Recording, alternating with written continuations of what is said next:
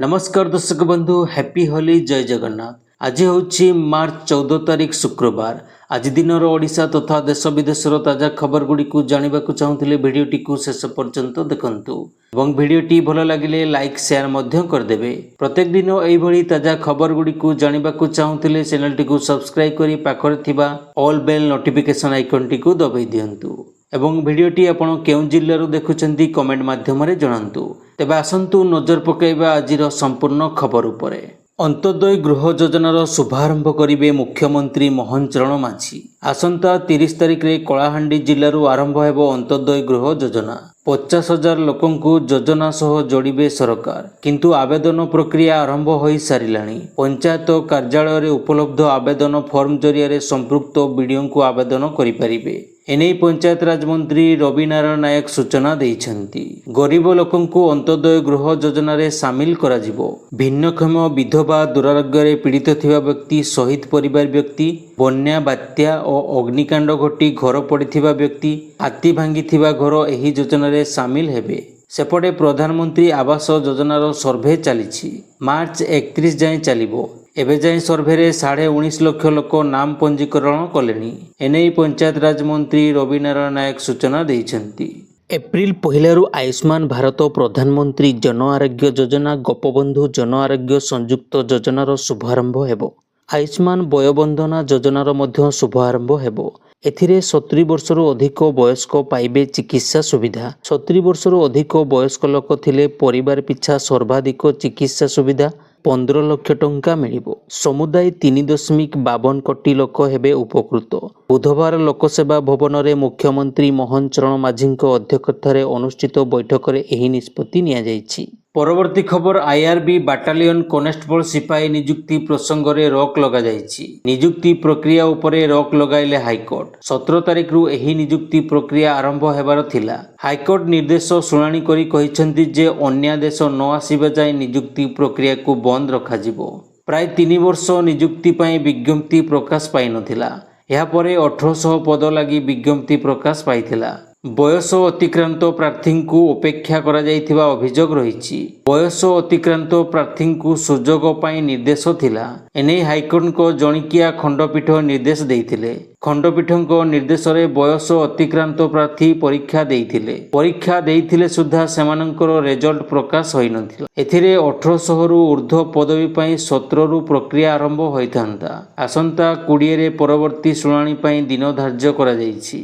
परवर्ती खबर श्रीमंदिर परिक्रमा प्रकल्प बुली देखिले गजपति महाराज। अधापंतरिया प्रकल्प मठ पुनरुद्धार आदि कार्यर अनुधान करथिले। एहा परे प्रतिक्रिया देइथिले गजपति महाराज। उत्तर द्वार बाहर अन्न क्षेत्र योजना करा जाउथबा कहिसंती गजपति महाराज। दिनकु दिन भक्तों संख्या वृद्धि पाउथबा कारणरू आनंद बजार रे प्रसाद सेवन करि पारुनाहंती। तेणु उत्तर द्वार बाहर विशिष्ट स्थान रे अन्न क्षेत्र करने को योजना रही। एथिरे भक्त माने सुविधार महाप्रसाद सेवन करिपारिबे। परवर्ती खबर ताती कलाणी कलबल, घरू बाहरिबा होइगलाणी मुस्किल। तेबे एहारी भितरे आसीचे एक आश्वस्तिकर खबर। टहटह खरा को ताही देबो वर्षा। तेबे वर्षा को नहीं आसी बड़ खबर। होली रे प्रबल वर्षा हेबा नै पूर्वानुमान करिछि पाणीपाग विभाग। परवर्ती खबर आगामी दिन में राज्यवासी को राशन कार्ड माध्यम गहम मिलिबो बोली कहिसंती जोगाण मंत्री कृष्ण चंद्र पात्र। लोकंकु गहम बांटिबा नै करा जाइथिबा एक प्रश्नर लिखित उत्तर रखिसंती मंत्री।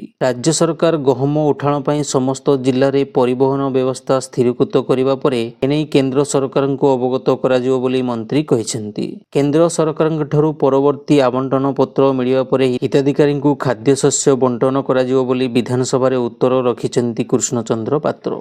परवर्ती खबर घातक साजिला ऑनलाइन गेम, जीवन हारिले 10म श्रेणी छात्री। रायगड़ा जिला रामानागड़ा थाना गणपतिगुड़ा रे जणे 15 वर्षीय नाबालिका आत्महत्या करिसेंती। साइंटिफिक टीम सहायता रे तदंत करुछि पुलिस। रायगड़ा जिला गणपतिगुड़ा रे 15 वर्षीय साइना साहू होइछंती ऑनलाइन गेम रो शिकार। मोबाइल गेम खेली 4 लाख टंका जीतिथिले, किंतु संपृक्त ऑनलाइन संस्था सही टंका देई नथिला। ଯେଉଁଥିପାଇଁ ସାଇନା ଶୌଚାଳୟରେ ବେକରେ ଓଢ଼ଣି ଲଗାଇ ଆତ୍ମହତ୍ୟା କରିଥିବା ତାଙ୍କ ପିଉସୀ ଥାନାରେ ଅଭିଯୋଗ କରିଛନ୍ତି। ଝୁଲନ୍ତା ଅବସ୍ଥାରେ ଉଦ୍ଧାର ହୋଇଛି ଛାତ୍ରୀଙ୍କ ମୃତଦେହ।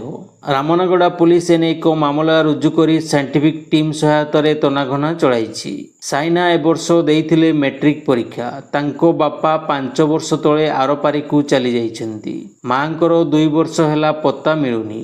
ଫଳରେ ଜେଜେମାଙ୍କ ସହ ଗଣପତିଗୁଡ଼ାରେ ରହୁଥିଲେ ସାଇନା। ପରବର୍ତ୍ତୀ ଖବର ବୁଧବାର ଦିନ ରାଜ୍ୟ ସରକାର ଅସ୍ଥାୟୀ କର୍ମଚାରୀଙ୍କ ପାରିଶ୍ରମିକ ବୃଦ୍ଧି କରିଛନ୍ତି। ଏନେଇ ଅର୍ଥ ବିଭାଗ ପକ୍ଷରୁ ଏକ ସଂକଳ୍ପ ଜାରି କରାଯାଇଛି। ଅର୍ଥ ବିଭାଗ ପ୍ରମୁଖ ଶାସନ ସଚିବ ଶାଶ୍ୱତ ମିଶ୍ର କହିଛନ୍ତି, ଅର୍ଥ ବିଭାଗର 2012 ସଂକଳ୍ପର ସଂଶୋଧନ 2018ରେ କରାଯାଇଥିଲା ଏବଂ ଉକ୍ତ ସମୟରେ ORSP ନିୟମ 2017 ଲାଗୁ ହୋଇସାରିଥିଲା। ମାତ୍ର ଅସ୍ଥାୟୀ କର୍ମଚାରୀଙ୍କ ପକ୍ଷରୁ ଦରମା ବୃଦ୍ଧି ପାଇଁ ହୋଇ ଆସୁଥିବା ଦାବିକୁ ସରକାର ସେମାନଙ୍କ ମାସିକ ପାରିଶ୍ରମିକ ମୂଳ ଦରମାର ପ୍ରାୟ 25% ବୃଦ୍ଧି କରିଛନ୍ତି। ପରବର୍ତ୍ତୀ ଖବର ଏଣିକି ଯୁକ୍ତ 2 ପରେ ବିଇଡି କରିପାରିବେ ଛାତ୍ରଛାତ୍ରୀ। ଏନେଇ 8ଟି ଶିକ୍ଷକ ଶିକ୍ଷଣ ଅନୁଷ୍ଠାନ ସହ ନିର୍ଦ୍ଦିଷ୍ଟ ମହାବିଦ୍ୟାଳୟର MU ସ୍ୱାକ୍ଷରିତ ହୋଇଛି। ଏପରି ସୂଚନା ଦେଇଛନ୍ତି ଉଚ୍ଚଶିକ୍ଷା ମନ୍ତ୍ରୀ ସୁରଜ ସୂର୍ଯ୍ୟବଂଶୀ। ଆସିବ ନୂଆ course ITEP integrated teacher education programme. ରାଜ୍ୟରେ ଥିବା 16ଟି ଶିକ୍ଷକ ଶିକ୍ଷଣ ଅନୁଷ୍ଠାନ ମଧ୍ୟରୁ 8ଟି ଅନୁଷ୍ଠାନ ସହିତ ନିକଟସ୍ଥ ମହାବିଦ୍ୟାଳୟର ଚୁକ୍ତିପତ୍ର ସ୍ୱାକ୍ଷରିତ ହୋଇଛି, ଯେଉଁଥିରେ ଗ୍ରାଜୁଏସନ ନୁହେଁ ବରଂ ଏଣିକି ଯୁକ୍ତ 2 ପରେ ହେବ ବିଇଡି ପାଠପଢ଼ା। ଏଥିପାଇଁ ଆସିବ 4 ବର୍ଷର ନୂଆ ITEP କୋର୍ସ। ଜାତୀୟ ଶିକ୍ଷାନୀତି ଲାଗୁ ହେବା ପରେ ଅନେକ ସୃଜନଶୀଳ କାର୍ଯ୍ୟକ୍ରମ ଉଚ୍ଚଶିକ୍ଷା ପକ୍ଷରୁ ନିଆଯାଉଛି। ITEP ସେଥିରୁ ଅନ୍ୟତମ। ଛାତ୍ରଛାତ୍ରୀଙ୍କ ସୁବିଧା ପାଇଁ 5 ବର୍ଷ ବଦଳରେ 4 ବର୍ଷରେ ଶିକ୍ଷକ ଶିକ୍ଷଣ କୋର୍ସ ଶେଷ କରିବା ପାଇଁ ଏଭଳି ନିଷ୍ପତ୍ତି ନେଇଛି ରାଜ୍ୟ ସରକାରଙ୍କ ଉଚ୍ଚଶିକ୍ଷା ବିଭାଗ। ପରବର୍ତ୍ତୀ ଖବର ପୁରୀରେ ପ୍ରସ୍ତାବିତ ଶ୍ରୀ ଜଗନ୍ନାଥ ଅନ୍ତର୍ଜାତୀୟ ବିମାନ ବନ୍ଦର ପାଇଁ ବ୍ରହ୍ମଗିରି ତହସିଲ ଅଧୀନରେ ସିପାସୁରବାଲି ଏବଂ ଷଣ୍ଢପୁର ଅଞ୍ଚଳରେ ଓଡ଼ିଶା ସରକାର 221 ଏକର ଜମି ଅଧିଗ୍ରହଣ କରିବାକୁ ଯାଉଛନ୍ତି। ଏହି ପଦକ୍ଷେପ 1164 ଏକର ପରିମିତ ଏକ ଗ୍ରୀନଫିଲ୍ଡ ବିମାନ ବନ୍ଦର ବିକଶିତ କରିବାର ଏକ ବୃହତ ଯୋଜନାର ଅଂଶ। ପୁରୀ ସବ୍ କଲେକ୍ଟର ରାଜକିଶୋର ଜେନା ସୋମବାର ଘୋଷଣା କରିଛନ୍ତି ଯେ ପ୍ରସ୍ତାବିତ ବିମାନ ବନ୍ଦରର ଜମି ଅଧିଗ୍ରହଣ କରାଯିବ। ଜେନା ପ୍ରଭାବିତ ବାସିନ୍ଦାଙ୍କ ପାଇଁ ପ୍ୟାକେଜ ସହିତ ଜମି ଅଧିଗ୍ରହଣ ପାଇଁ ଜନଶୁଣାଣି ପାଇଁ ତାରିଖ ସୂଚିତ କରିଛନ୍ତି। ସିପାସୁରବାଲି ମୌଜା ପାଇଁ ପ୍ରଥମ ସାଧାରଣ ଶୁଣାଣି ମାର୍ଚ୍ଚ 21ରେ ଅନୁଷ୍ଠିତ ହେବ।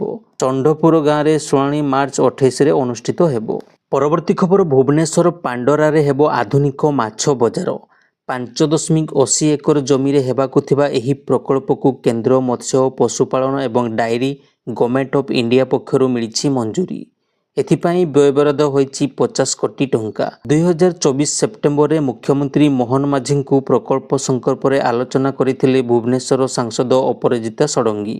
ଏବେ କିନ୍ତୁ ଅତ୍ୟାଧୁନିକ ମାଛ ମାର୍କେଟର ଶ୍ରେୟକୁ ନେଇ ଆରମ୍ଭ ହୋଇଛି ରାଜନୀତି। ଅପରାଜିତାଙ୍କୁ ଟାର୍ଗେଟ କରିଛନ୍ତି ଭୁବନେଶ୍ୱର ମେୟର ସୁଲୋଚନା ଦାସ। କହିଛନ୍ତି ଏହି ଆଧୁନିକ ମାଛ ମାର୍କେଟ ପାଇଁ ପୂର୍ବ ସରକାର 2023 ମସିହାରେ BMCକୁ ନିର୍ଦ୍ଦେଶ ଦେଇଥିଲେ। BMC ଏନେଇ ଜାଗା ଚିହ୍ନଟ କରିବା ସହିତ DPR ମଧ୍ୟ ପ୍ରସ୍ତୁତ କରିଥିଲା। ନବୀନ ପଟ୍ଟନାୟକଙ୍କ ସରକାରରେ ମାଛ ମାର୍କେଟ ପାଇଁ ବ୍ୟୟବରାଦ ହୋଇଥିଲା, କିନ୍ତୁ ନିର୍ବାଚନ ସମୟ ଥିବାରୁ DPR ଅନୁମୋଦନ ମିଳିନଥିଲା। ତେଣୁ ମାଛ ବଜାରକୁ ନେଇ ସାଂସଦଙ୍କ ଶ୍ରେୟ ନେବା ଘଟଣାକୁ ତାତ୍ସଲ୍ୟ କରିଛନ୍ତି ସୁଲୋଚନା ଦାସ। ପରବର୍ତ୍ତୀ ଖବର ରାଜ୍ୟରେ 15ଟି ବୃହତ ଏବଂ 56ଟି ମଧ୍ୟମ 31ଟି ବୃହତ ଏବଂ ମଧ୍ୟମ 4002ଟି କ୍ଷୁଦ୍ର ଜଳସେଚନ ପ୍ରକଳ୍ପ ସମ୍ପୂର୍ଣ୍ଣ ହୋଇ ସେଚ ସମର୍ଥ ହୋଇଛି। ଏହାସହ ରାଜ୍ୟରେ 31ଟି ବୃହତ ଏବଂ ମଧ୍ୟମ ଜଳସେଚନ ପ୍ରକଳ୍ପ, 27ଟି ବ୍ୟାରେଜ୍ ପ୍ରକଳ୍ପ, 72ଟି ଇନଷ୍ଟ୍ରିମ୍ ଷ୍ଟୋରେଜ ପ୍ରକଳ୍ପ ଏବଂ 79ଟି କ୍ଷୁଦ୍ର ଜଳସେଚନ ପ୍ରକଳ୍ପ କରିବା ପାଇଁ ପ୍ରସ୍ତାବ ରଖିଛନ୍ତି ରାଜ୍ୟ ସରକାର। ପରବର୍ତ୍ତୀ ଖବର ଗତକାଲି କ୍ରାଇମବ୍ରାଞ୍ଚ STF କଟକ 42 ମୌଜାରେ ଏକ ବେଆଇନ ବନ୍ଧୁକ କାରଖାନା ଠାବ କରିଛି। ଏଠାରୁ ଶହ ଶହ ବନ୍ଧୁକ ତିଆରି ଜିନିଷ ଓ ମାଗାଜିନ୍ ଜବତ କରାଯାଇଛି। ବନ୍ଧୁକ କାରଖାନା ଠାବ କରିବା ସହ 4 ଜଣଙ୍କୁ ଗିରଫ କରିଛି କ୍ରାଇମବ୍ରାଞ୍ଚ STF। ଘଟଣାରୁ ଜଣାପଡ଼ିଛି ଯେ 42 ମୌଜାର ଜଙ୍ଗଲ ଭିତରେ ଏକ ନିଛାଟିଆ ଜାଗାରେ ବନ୍ଧୁକ କାରଖାନା ହୋଇଥିଲା। ଚନ୍ଦ୍ର ବେହେରା ନାମକ ବ୍ୟକ୍ତିଙ୍କ ଘରେ ଏହି ବେଆଇନ ବନ୍ଧୁକ କାରଖାନା ତିଆରି ଚାଲୁଥିଲା। ପରବର୍ତ୍ତୀ ଖବର ପାକିସ୍ତାନରେ ଟ୍ରେନ ଅପହରଣ କରିଥିବା ବଲୋଚ ଲିବରେସନ ଆର୍ମି BLAର ସମସ୍ତ ବିଦ୍ରୋହୀଙ୍କୁ ପାକ୍ ସୁରକ୍ଷା କର୍ମୀମାନେ ନିପାତ କରିଛନ୍ତି। ବଲୋଚିସ୍ତାନ ପ୍ରଦେଶ ମୁଖ୍ୟମନ୍ତ୍ରୀ ସରଫରାଜ ବୁଗିତ ଏ ସମ୍ପର୍କରେ ପ୍ରଧାନମନ୍ତ୍ରୀ ସହବାଜ ଶରୀଫଙ୍କୁ ସୂଚନା ଦେଇଛନ୍ତି। ଏହି ଅପହରଣ ଘଟଣାରେ ବିଏଲଏ ବିଦ୍ରୋହୀମାନେ ବହୁ ପଣବନ୍ଦୀଙ୍କୁ ହତ୍ୟା କରିଥିବା ସୂଚନା ମିଳିଛି। ପରବର୍ତ୍ତୀ ଖବର, ଇତିମଧ୍ୟରେ ରାଜାଚକ୍ର ଗିରଫ ହୋଇସାରିଛନ୍ତି। ଗିରଫ ସହ କଳା ସାମ୍ରାଜ୍ୟର ଗୁମର ଖୋଲିଛନ୍ତି କ୍ରାଇମବ୍ରାଞ୍ଚ ଡିଜି। ପ୍ରେସମିଟ୍ରେ ଶହ ଶହ କୋଟିର ଦୁର୍ନୀତି ଚିଠା ଖୋଲିଛନ୍ତି କ୍ରାଇମବ୍ରାଞ୍ଚ ଡିଜି। 2017ରୁ ମାର୍ଚ୍ଚ 2024 ମଧ୍ୟରେ 150 କୋଟି ଟଙ୍କା ଆୟ କରିଥିଲେ ଏଜେନ୍ସି। ଏହାସହ ଆୟଠାରୁ ଅଧିକ ବି ହୋଇପାରେ। ଅଡିଟ୍ ହେଲେ ଆହୁରି ଗୁମର ଖୋଲିବ। ପାରିପାର୍ଶ୍ୱିକ ବିକାଶ ପାଇଁ 34 କୋଟି ଟଙ୍କା ଖର୍ଚ୍ଚ ହୋଇଥିବା ଦେଖାଇଥିଲା ବେଳେ କୌଣସି ପାରିପାର୍ଶ୍ୱିକ ବିକାଶ ହୋଇନଥିବା ଦୁଇ ବିଡିଓ କହିଛନ୍ତି। ଏକ ପେଟ୍ରୋଲ ପମ୍ପକୁ 9.1 କୋଟି ଟଙ୍କା ପେମେଣ୍ଟ ହୋଇଥିବା ଜଣାପଡ଼ିଛି। ଖାଲି ଏତିକି ନୁହେଁ, ଶ୍ରମିକଙ୍କ ପାଉଣା ନାଁରେ 74 କୋଟି ଟଙ୍କା ହଡପ କରାଯାଇଥିବା ତଦନ୍ତ ସମୟରେ ଜଣାପଡ଼ିଛି। ପରବର୍ତ୍ତୀ ଖବର, ତାମିଲନାଡୁରେ ହିନ୍ଦୀ ଭାଷାକୁ ନେଇ ଉତ୍ତେଜନା ମଧ୍ୟରେ ଷ୍ଟାଲିନ ସରକାର ଏକ ବଡ଼ ପଦକ୍ଷେପ ନେଇଛନ୍ତି। ଡିଏମକେ ସରକାର ହିନ୍ଦୀରେ ଟଙ୍କା ପ୍ରତୀକ ର ହଟାଇ ଦେଇଛନ୍ତି। ତାମିଲ ର ବ୍ୟବହାର ହେଉଥିବା ଦେଖାଯାଇଛି। କୁହାଯାଇଛି ଯେ ହିନ୍ଦୀ ବର୍ଣ୍ଣମାଳାକୁ ତାମିଲ ବର୍ଣ୍ଣମାଳା ସହିତ ବଦଳାଯିବ। ଷ୍ଟାଲିନ ସରକାର ଏପରି ଏକ ସମୟରେ ଏହି ନିଷ୍ପତ୍ତି ନେଇଛନ୍ତି ଯେତେବେଳେ ଷ୍ଟାଲିନ ଚେନ୍ନାଇରୁ ଦିଲ୍ଲୀ ପର୍ଯ୍ୟନ୍ତ ଜାତୀୟ ଶିକ୍ଷାନୀତି ଲାଗୁ କରି ହିନ୍ଦୀକୁ ଲାଗୁ କରିବାର ଅଭିଯୋଗ କରୁଛନ୍ତି। ପରବର୍ତ୍ତୀ ଖବର, ଦୃଷ୍ଟିବାଧିତ ଛାତ୍ରଛାତ୍ରୀଙ୍କ ପାଇଁ ଭାରତର ପ୍ରଥମ ବିଶ୍ୱବିଦ୍ୟାଳୟ କଟକରେ ସ୍ଥାପନ ହେବ।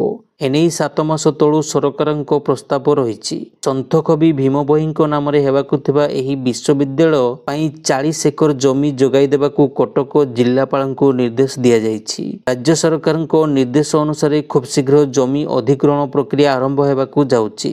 କଟକ ସହର ଉପକଣ୍ଠରେ ଏହି ବିଶ୍ୱବିଦ୍ୟାଳୟ ପ୍ରତିଷ୍ଠା କରିବାକୁ ଯୋଜନା ରଖିଥିବା ସୂଚନା ମିଳିଛି। ପରବର୍ତ୍ତୀ ଖବର, 2036 ସୁଦ୍ଧା ରାଜ୍ୟକୁ ଆଇଟି ଏବଂ ଇଲେକ୍ଟ୍ରୋନିକ୍ସ କ୍ଷେତ୍ରରେ ଏକ ପାୱାର ହାଉସ ବନାଇବା ଲକ୍ଷ୍ୟ ରଖାଯାଇଛି। ରାଜ୍ୟ ଏନେଇ ନୂଆ ଆଇଟି ନୀତି ଲାଗୁ କରିବ। ଏହାର ଡ୍ରାଫ୍ଟ ଏବେ ଜାରି କରାଯାଇଛି। ଜନସାଧାରଣ ଏବଂ ଅଂଶୀଦାରମାନେ ଏହା ଉପରେ ନିଜର ମତ ରଖିବାକୁ ନିବେଦନ କରାଯାଇଛି। ବିଶ୍ୱସ୍ତରୀୟ ଭିତ୍ତିଭୂମି ଦ୍ୱାରା ରାଜ୍ୟକୁ ନୂଆ ନିବେଶ ଆକୃଷ୍ଟ କରିବା ଉପରେ ଏହି ନୀତିରେ ଫୋକସ୍ କରାଯାଇଛି। ଡ୍ରାଫ୍ଟ ମୁତାବକ ଆଇଟି କମ୍ପାନୀଗୁଡ଼ିକ ସ୍ଥାନୀୟ ଯୁବବର୍ଗଙ୍କୁ ନିଯୁକ୍ତି ପ୍ରଦାନ କ୍ଷେତ୍ରରେ କର୍ମଚାରୀ ରାଜ୍ୟ ବୀମା ଏବଂ କର୍ମଚାରୀ ଭବିଷ୍ୟନିଧି ପାଣ୍ଠି ଇପିଏଫ୍ ଯୋଗଦାନ ପାଇଁ 100% ଅର୍ଥ ପ୍ରଦାନ କରିବେ ରାଜ୍ୟ ସରକାର। ଯୋଗ୍ୟ ଆଇଟି କମ୍ପାନୀଗୁଡ଼ିକ ଏହି ସୁବିଧା ପାଇଁ 5 ବର୍ଷ ଲାଗି ଲାଭ ପାଇପାରିବେ। ପରବର୍ତ୍ତୀ ଖବର, ପଶ୍ଚିମବଙ୍ଗର ମୁଖ୍ୟମନ୍ତ୍ରୀ ଓ ତୃଣମୂଳ କଂଗ୍ରେସ ନେତା ମମତା ବାନାର୍ଜୀ ବିଦେଶ ଯିବାର ରାସ୍ତା ସଫା ହୋଇଯାଇଛି। କେନ୍ଦ୍ର ସରକାରଙ୍କ ପକ୍ଷରୁ ମମତାଙ୍କୁ ଲଣ୍ଡନ ସ୍ଥିତ ଅକ୍ସଫୋର୍ଡ ୟୁନିଭର୍ସିଟିରେ ଲେକ୍ଚର ଦେବା ପାଇଁ ଔପଚାରିକ ଅନୁମତି ମିଳିଯାଇଛି। ସେ ଆସନ୍ତା ସପ୍ତାହରେ ଲଣ୍ଡନ ଗସ୍ତରେ ଯିବେ। ମମତା ବାନାର୍ଜୀ ହୋଲି ପରେ 21 ମାର୍ଚ୍ଚରେ ଲଣ୍ଡନ ଯିବେ, ଯେଉଁଠି ସେ ଅକ୍ସଫୋର୍ଡ ୟୁନିଭର୍ସିଟିରେ ଛାତ୍ରଙ୍କୁ ସମ୍ବୋଧିତ କରିବେ। ମମତା ଗତ ବର୍ଷ କଲିକତା ସ୍ଥିତ ଏକ ଶୈକ୍ଷଣିକ ସଂସ୍ଥାନରେ ନିଜ ସମ୍ବୋଧନ ବେଳେ ଏହା ଘୋଷଣା କରିଥିଲେ। ସେ କହିଥିଲେ, ଅକ୍ସଫୋର୍ଡ ୟୁନିଭର୍ସିଟି ଏବଂ ଲଣ୍ଡନ ସ୍କୁଲ ଅଫ୍ ଇକୋନୋମିକ୍ସ ପକ୍ଷରୁ ଭାଷଣ ଦେବା ପାଇଁ ନିମନ୍ତ୍ରଣ କରାଯାଇଛି। ପରବର୍ତ୍ତୀ ଖବର, ପବିତ୍ର ହୋଲି ପର୍ବ ପାଳନ ଅବସରରେ ଉତ୍ତରପ୍ରଦେଶ ସମ୍ବଲ ସହରରେ ପୁଲିସ ପକ୍ଷରୁ ବ୍ୟାପକ ସୁରକ୍ଷା ବ୍ୟବସ୍ଥା ଗ୍ରହଣ କରାଯାଇଛି। ଆସନ୍ତା 14ରେ ହୋଲି ପର୍ବ ପାଇଁ ସହରରେ ହିନ୍ଦୁ ସମ୍ପ୍ରଦାୟଙ୍କ ପକ୍ଷରୁ ବିରାଟ ଶୋଭାଯାତ୍ରାର ଆୟୋଜନ କରାଯାଉଛି। ଅପରପକ୍ଷରେ ସେଦିନ ଶୁକ୍ରବାର ହୋଇଥିବାରୁ ମୁସଲମାନ ସମ୍ପ୍ରଦାୟର ଲୋକେ ନମାଜ ପାଠ କରିବାକୁ ମସଜିଦକୁ ଯିବେ। ତେଣୁ ଦୁଇ ସମ୍ପ୍ରଦାୟର ଧାର୍ମିକ ଭାବନା ଯେପରି ଅକ୍ଷୁଣ୍ଣ ରହେ ସେଥିପାଇଁ ସମ୍ବଲ ସହରରେ ଥିବା 10ଟି ମସଜିଦକୁ ଟାର୍ପୋଲିନ୍ ଏବଂ ପ୍ଲାଷ୍ଟିକ ଚାଦରରେ ଢଙ୍କାଯିବ ବୋଲି ନିଷ୍ପତ୍ତି ନିଆଯାଇଛି। ଏହି ମସଜିଦ ମଧ୍ୟରେ ଜାମା ମସଜିଦ ମଧ୍ୟ ସାମିଲ ରହିଛି। ଦୁଇ ସମ୍ପ୍ରଦାୟ ମଧ୍ୟରେ ଆପୋଷ ବୁଝାମଣା ପରେ ମସଜିଦକୁ ଟାର୍ପୋଲିନରେ ଢାଙ୍କିବା ନିଷ୍ପତ୍ତି ନିଆଯାଇଛି ବୋଲି ସମ୍ବଲ ଅତିରିକ୍ତ ଏସ୍ପି ସୂଚନା ଦେଇଛନ୍ତି। ପରବର୍ତ୍ତୀ ଖବର, ଆପଣ କେବେ ଭାବିଛନ୍ତି କି ଫିଲ୍ମମାନଙ୍କରେ ଦେଖାଯାଉଥିବା ଉଡ଼ନ୍ତା କାର ବାସ୍ତବରେ ମଧ୍ୟ ଥାଇପାରେ? ତେବେ ବର୍ତ୍ତମାନ ଆପଣଙ୍କର ଏହି ସ୍ୱପ୍ନ ସତ ହୋଇଛି। ଆମେରିକା ଆଲେପ୍ ଏରୋନଟିକ୍ସ କମ୍ପାନୀ ବିଶ୍ୱର ପ୍ରଥମ ଫ୍ଲାଇଂ କାର ମଡେଲ ଓର ଭିଡିଓ ଜାରି କରିଛି। ଯେଉଁ ଭିଡିଓରେ ଏକ କାର ପବନରେ ଉଡୁଥିବା ଦେଖିବାକୁ ମିଳିଛି। ତେବେ ଏହି ଉଡ଼ନ୍ତା କାର ଆଗାମୀ ସମୟରେ ସାଧାରଣ ଲୋକଙ୍କ ପାଇଁ ଅତ୍ୟନ୍ତ ସାହାଯ୍ୟକାରୀ ଏବଂ ଟେକ୍ନୋଲୋଜି ଦୁନିଆରେ ଏକ ଯୁଗାନ୍ତକାରୀ ପରିବର୍ତ୍ତନ ଆଣିବାକୁ ଯାଉଛି। ଖବରଗୁଡ଼ିକୁ ସମ୍ପୂର୍ଣ୍ଣ ଦେଖିଥିବାରୁ ଆପଣଙ୍କୁ ବହୁତ ବହୁତ ଧନ୍ୟବାଦ।